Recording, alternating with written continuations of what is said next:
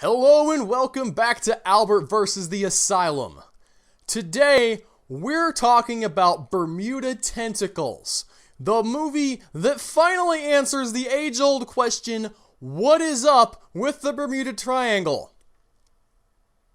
And the answer is tube worms, who are also aliens and robots. Yeah. Let's get this over with. Our story opens with the president aboard Air Force One flying through a violent thunderstorm. Miss Green. Yeah. Can you ask the pilots if they can take us above this, please? And tell them to make sure to watch out for glowing time clouds, too. Lightning strikes the president's plane and he's ejected in some kind of high-tech escape pod. If a Finnish kid doesn't show up to rescue him from terrorists, I don't even know how you call this a movie. Good to see you again, sir. We have a situation. The next morning, a team of Special Forces operatives shows up to help look for the president. You guys hang loose until I find out what's going on. You and your team will coordinate with Admiral Hansen and CPO Vincent.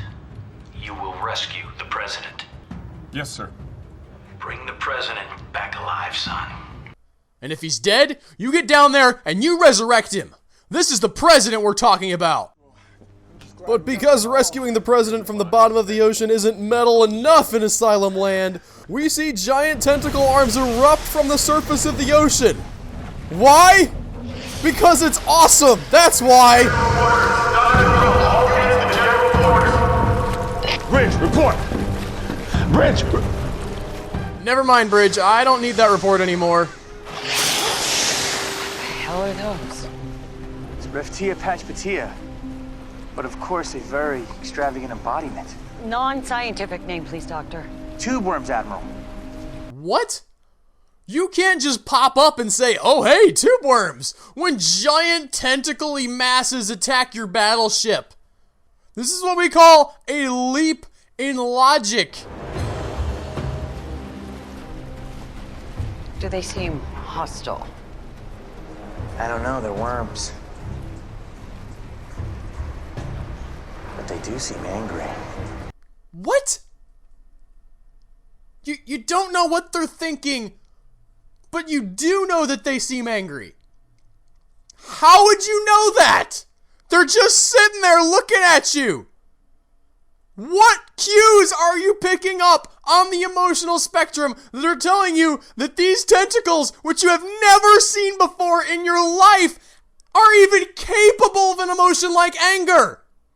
Much less are expressing it at this exact moment. You fail! Science!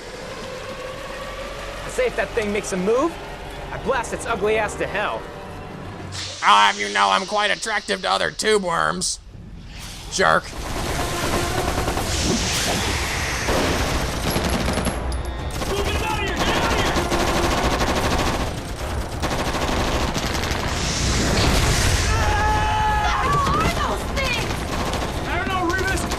Here's an idea. Go inside the ship. Shut the doors. That might help with some of the being picked up and dragged to your death in a watery grave. Attention on deck! At ease. Chief Oliver, you still have a job to do. Your shift at Pizza Hut was supposed to start an hour ago. We've established an approximate location of the president's pod at 7,000 meters deep. Now that's well beyond the maximum crush capacity. Okay, the structure of the hull seems to be fully intact, but there may be a compromise in the oxygen recycler. Wait a minute. Are you telling me they made an escape pod for the president's plane that sinks to the bottom of the ocean on purpose? This is what you call a bad idea. All right, gear up. We've got a job to do. Those pizzas aren't going to deliver themselves.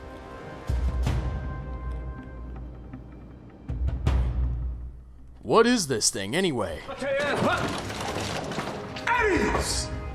Everybody take it easy. Kick back. Take a load off. Who wants a foot rub? Sets, flight helicopters, fixed wing. Pick one, kill it, and move on to the next. But make sure you fly really close to the water so the thing can fight back. It's only sporting. Listen up, team. There are a lot of underwater currents as well as other variables that can affect this ship's systems. Also a giant tentacle monster.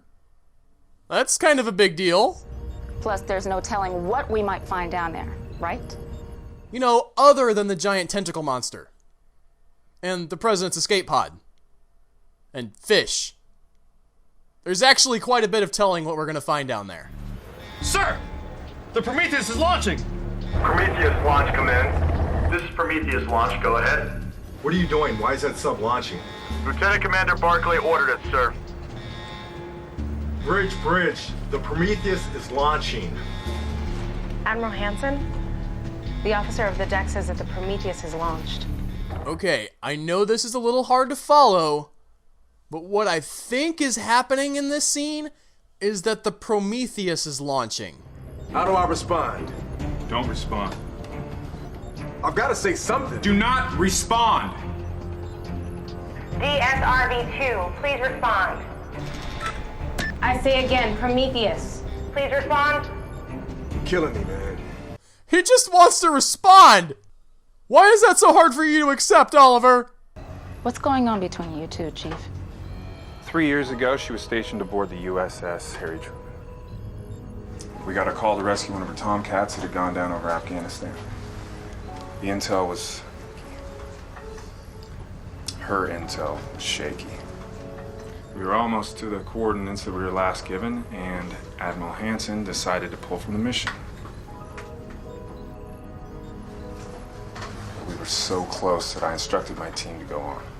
We lost radio contact, and the LZ turned out to be a trap. We took some casualties, one of which was my best friend. So what you're saying is you disobeyed orders and you got people killed. Had you taken orders, your friend and teammates might still be alive. You don't understand, but we do. Sometimes you just have to ignore orders and walk into a trap. It's just how it works. Barclay's down! Trip, get up here! No, not Trip! He never even got to respond. Cut the power! Cut the power! Lieutenant! It's draining the power! Yes, that's what's distracting it. Are you sure about this? Yes, I'm sure. Cut it off! A many-tentacled tube worm that's attracted to power? They're fighting Donald Trump! I've honed in on the pause location and programmed the sub to take us there. We'll use the Gulf Stream to get us there. Margin of error, less than 1%. How'd you do that, Lieutenant? Well, it's simply a matter of modulating the frequencies to compensate for the changes in the ocean as we descend. Excuse me, it's a submarine, not the TARDIS. You don't get to throw around words like modulating frequencies here. It is a boat that goes under the water. But right now, I suggest you guys hold on to something tight because we are in for it. It's about to get ugly. I don't know if you guys realize this, but the Gulf Stream goes like 6 miles an hour tops. It's not exactly a roller coaster. They span 30 meters above the surface of the water. That's just the tentacles.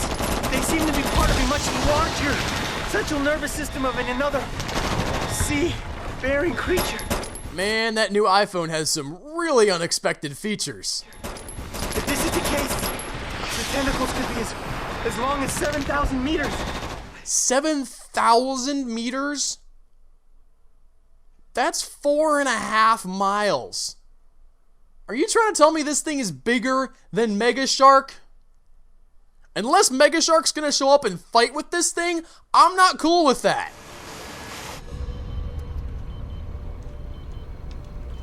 Now watch this. Isn't that cool? You're telling me that these are appendages that are attached to something bigger. This is clearly a non-terrestrial organism, Admiral. Look at it. You know, I could have swore I remembered somebody looking at this thing for 5 seconds and stating unequivocally that it was a tube worm. The Prometheus surfaces in a strange underwater cavern and proceeds to look for the president's escape pod. Chief Oliver. You have a mission to do, so do it. But keep me apprised, do you understand? I don't have to do what you say! Nemesis out. You don't understand what it is we do! We save lives! Lives!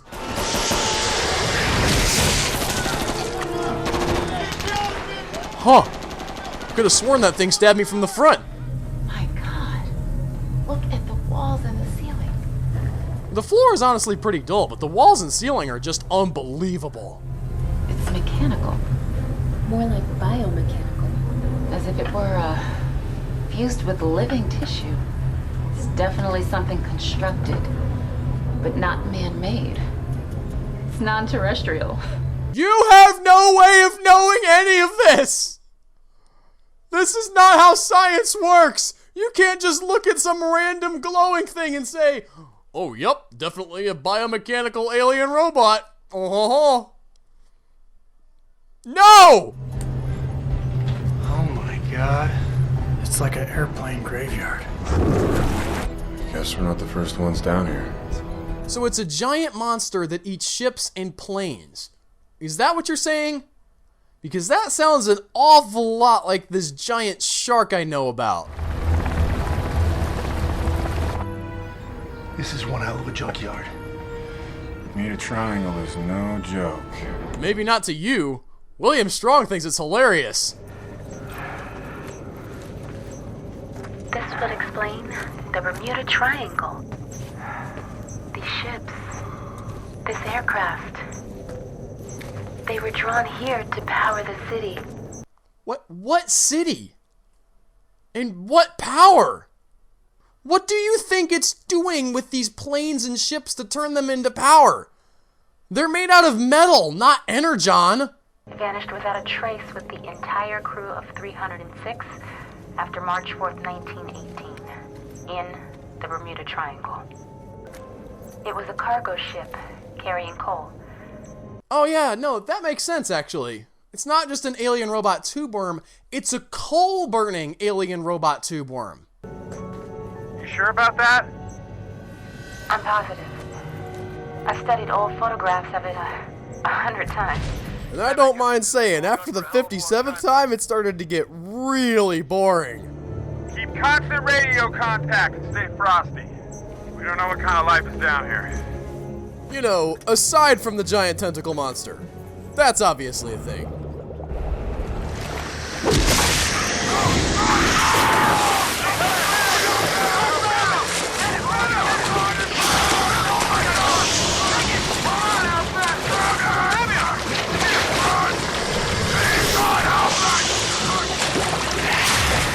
Sucked into a pool of water 2 inches deep.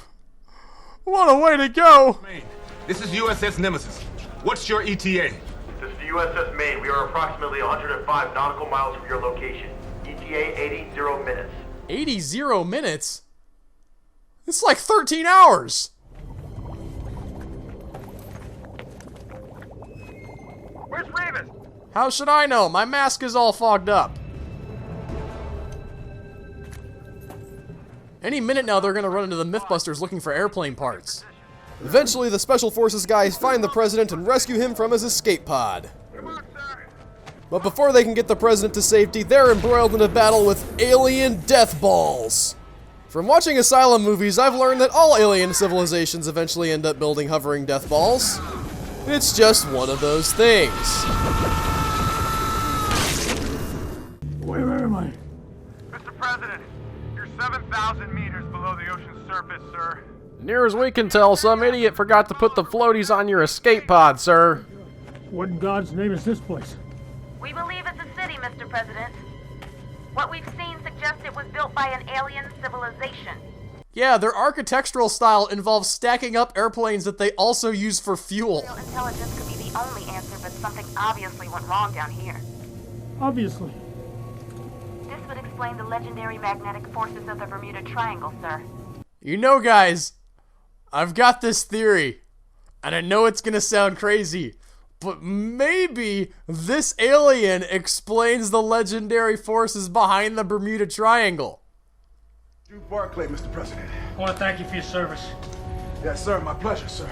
And you and your team, for your sacrifice. I know what it's like to lose men under my command. Why, I've sent thousands of good men to their deaths. But we're not out of the woods yet, sir. As the submarine heads for the surface, the giant tentacle monster takes off after them. Yes, sir. Chief, any thoughts? I've always been one for risk, sir. I say we go for it. To be fair, the last time we went for it, I got most of my team killed. But we were saving lives! But of course they do go for it, and of course it works out just fine. Because otherwise, Chief Oliver would be a giant risk-taking douchebag. And we can't have that. Get a chopper ready for the president's immediate evacuation and get Lieutenant Plummer and Chief Oliver down here immediately. We need a medic down here! We've suffered some serious damage, and I have orders to evacuate you immediately. Well, you've got new orders, Captain. Take me up to the Admiral. Yes, Mr. President. What a loser. Following orders like some chump. He obviously doesn't care about lives! But sir, we need to get you off this ship. I'm not going anywhere. Now, Lieutenant Plummer and Chief Oliver, I want you to tell the Admiral what it was that we encountered down there. Well, it was an alien robot tube worm that made a city out of airplanes in its belly. Now, there must be a limit to how much energy this creature can expel before it needs to power down and regenerate. That would corroborate with the behavior that our other specimen manifested. So we should direct an attack while it's in this recovery mode. I believe so. Oh, well, thank you so much for your assent. Do you have any theories? We don't have much to go on right now, Admiral, but that hasn't stopped you so far! Those energy panels were erected to fuel the city and sustain life by gathering machines powered by nuclear energy or fossil fuels. Just imagine what kind of facts they could come up with if they did have something to go on. The alien Cthulhu ship rises out of the sea! I gotta admit, this thing does look pretty cool. Stupid movie, but a cool monster. Roger that. Nuclear weapons are hot. It's preparing to attack. If it could laser entire ships in half the whole time, why was it messing around with the tentacles at all? Chief Oliver flies a helicopter into the belly of the beast, against the Admiral's orders. But he is saving lives! Chief Oliver, you will stand down. I repeat, you will stand down. How is this guy still in the military? He has not done one thing his superiors have told him to do for the entire movie!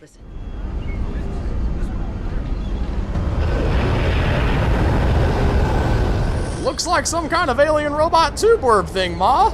You think this could be the explanation behind the legendary forces of the Bermuda Triangle?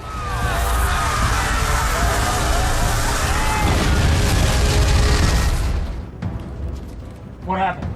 Cape Hatteras has been destroyed. Oh, it blew up like 3 people.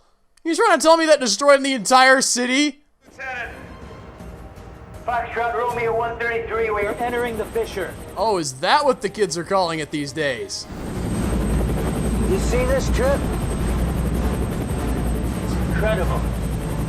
I tell you what, if our lives were a movie, the last thing I'd point the camera at is my dumb face right now.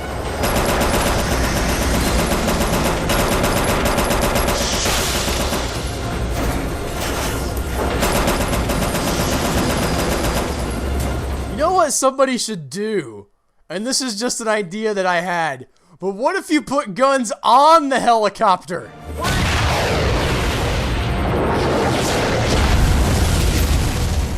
Hotshot idiot blows up the alien core and flies out of it like the Death Star.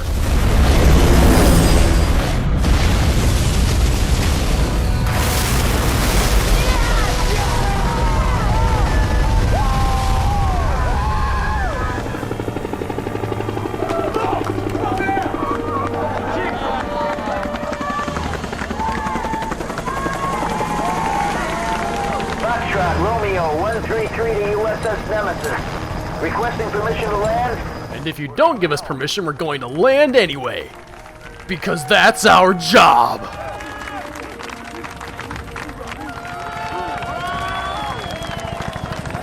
Yeah. Who's ever heard of Cape Hatteras anyway?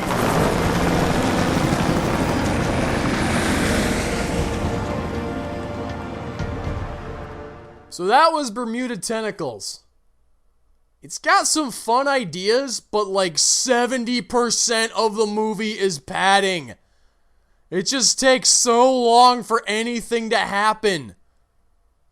And on top of that, the main character is the biggest order-disobeying douchebag you can imagine. He literally gets people killed because of his poor decision-making, and he still gets to be the hero. He's like Red from Atlantic Rim, but less fun. All in all, this had a lot of potential, but it just did not live up to it. Until next time, I'm Albert. You've been watching Albert vs. the Asylum. Watch out for them giant tentacle tube worm robot monsters that also use airplanes as fuel, somehow.